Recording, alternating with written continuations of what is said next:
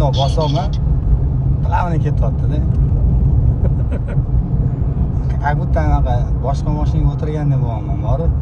Ukam o'zing ko'rding, ko'zing bilan men ularga video olishim shart emas edi, to'g'rimi? Nima qilgansan? Yo'q, shart emas. Lekin mana 2000 ko'rding, eski Cobalt programmasi ham yozib qo'yilgan. Mashina yili nechi? 24mi? 24. 24 ga vashcha eski programma yozib qo'yilgan.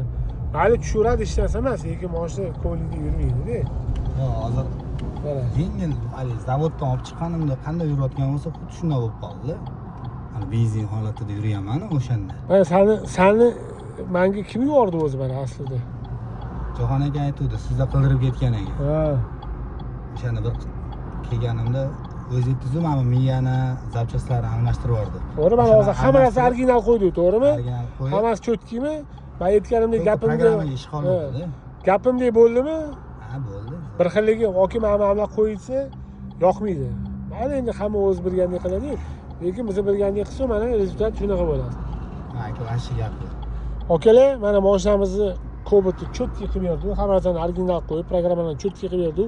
Ukamiz asli Andijondan, Andijon Toshkent qatnaydigan ukamiz. Mana mashina otilyapti dash. Videoda sal ko'p bo'lib ketdi, lekin oxirigacha ko'rsanglar arziydi. Xizmat bo'lsa kelaverasiz okalar, mana cho'tki qilib beramiz. Yengil zo'r yuryapti. Akalar maslahat beraman kelishinglarni. Mana. Achimaysizlar kelganinglarga.